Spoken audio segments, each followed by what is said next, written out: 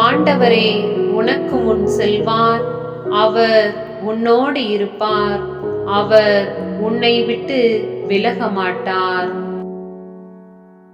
அவர் உன்னை கைவிடவும் மாட்டார்.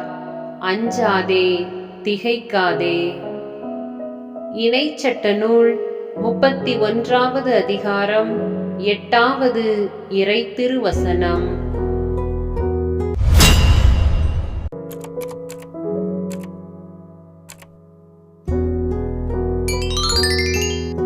ஆண்டவரே உனக்கு முன் செல்வார், அவர் உன்னோடு இருப்பார், அவர் உன்னை விட்டு விலக மாட்டார். அவர் உன்னை கைவிடவும் மாட்டார். அஞ்சாதே, திகைக்காதே. இணைச்சட்ட நூல் 31வது அதிகாரம் 8வது இறை திருவசனம்.